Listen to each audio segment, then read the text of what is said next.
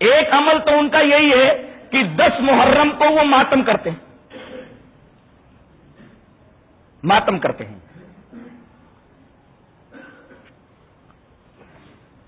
ماتم کب سے شروع ہوا؟ 291 سال کے بعد۔ کس کے 291 سال کے بعد؟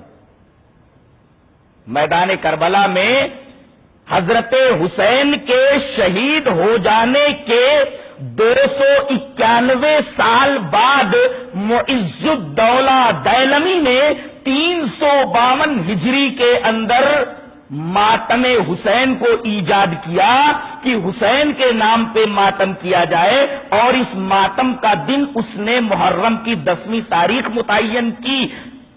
ظاہر ہے کہ کربلا کے واقعے کے 291 سال کے بعد سن 352 ہجری کے اندر معز الدولہ دیلمی جب ماتم حسین کو ایجاد کرتا ہے، اس کا مطلب یہ ہوا کہ اس سے پہلے یہ چیز نہیں تھی اور اس کو یہ دین شمار کرتے ہیں۔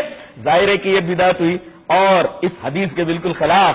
وعن عائشہ رضی اللہ تعالی عنہ قالت قال رسول اللہ صلی اللہ علیہ وسلم من احدث فی امرنا هذا ما ليس منه فهو رد، رواہ مسلم فی کتاب الاقضیہ۔ جہاں فیصلوں کا بیان ہے امام مسلم، وہاں اس حدیث پاک کو لائے راویہ حضرت عائشہ رضی اللہ تعالی عنہ ہے۔ حضرت عائشہ رضی اللہ تعالی عنہ فرماتی ہے کہ رسول اللہ صلی اللہ علیہ وسلم نے ارشاد فرمایا کہ جو شخص ہمارے اس معاملے میں یعنی دین کے معاملے میں کوئی نئی چیز ایجاد کرے تو وہ چیز مردود ہے اور ایسا آدمی بھی مردود ہے۔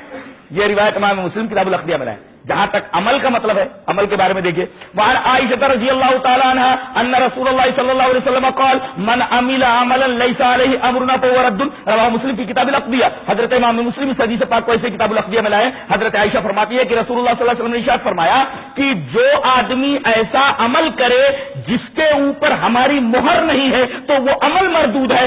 ظاہر ہے کہ یہ نبی کے زمانے کے بہت بعد ایجاد ہوا اور اس کو یہ لوگ عبادت کہتے ہیں، دین سمجھتے ہیں۔ ظاہر ہے کہ یہ دین میں ایک نئی چیز ہے جو نبی کے زمانے میں نہیں تھی، صحابہ کے زمانے میں نہیں، بدعت ہوئی اور اس بدعت کو یہ عبادت کہتے ہیں۔ یہاں تک کہ 10ویں محرم کے ماتم کو تمام عبادتوں سے افضل سمجھا جاتا ہے۔ میں نے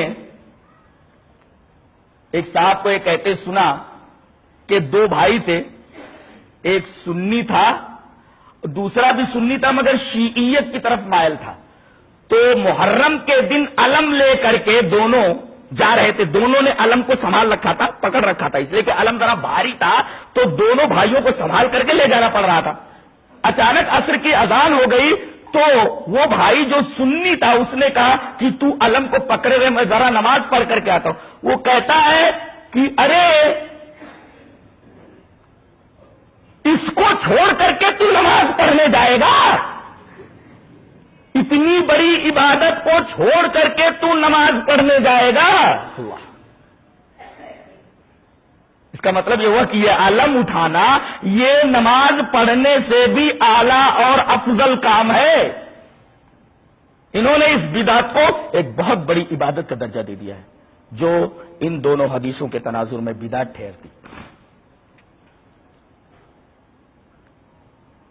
اور اس ماتم کے اندر یہ اپنے سینوں کو پیٹتے ہیں، سینہ کوبی کرتے ہیں، اپنے کپڑے پھاڑتے ہیں، گالوں کے اوپر تماچے مارتے ہیں۔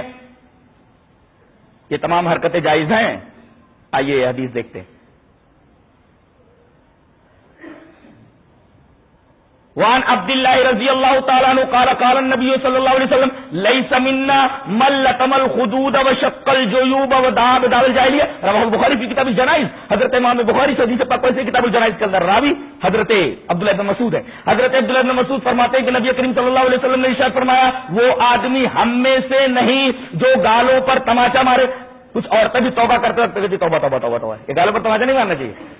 تو وہ ہم میں سے نہیں جو گالوں پر تماچا مارے، وہ شکل جیوب جو اپنے گریبان کو چاک کرے، اپنے گریبان کو پھاڑے، وہ دعا بدعوى جاہلیہ اور جاہلیت کی پکار پکارے۔ یہاں دیکھیں سینہ کوبی، کپڑوں کو پھاڑنا، گالوں پر تماچے مارنا، جاہلیت کی پکار پکارنا، جیسا کہ یہ سب کچھ ماتم کے نام پہ ہو رہا ہے، اس حدیث کی روشنی میں ناجائز ٹھہرتا ہے۔ نبی کریم صلی اللہ علیہ وسلم فرمایا ایسے لوگ ہم میں سے ہیں ہی نہیں۔ ان کا دوسرا پلیٹ فارم ہو سکتا ہے، اسلام کا پلیٹ فارم نہیں ہو سکتا جو اسلام میں لے کر کے آیا ہوں. اسے امام بخاری کتاب الجنائز کے اندر لائے.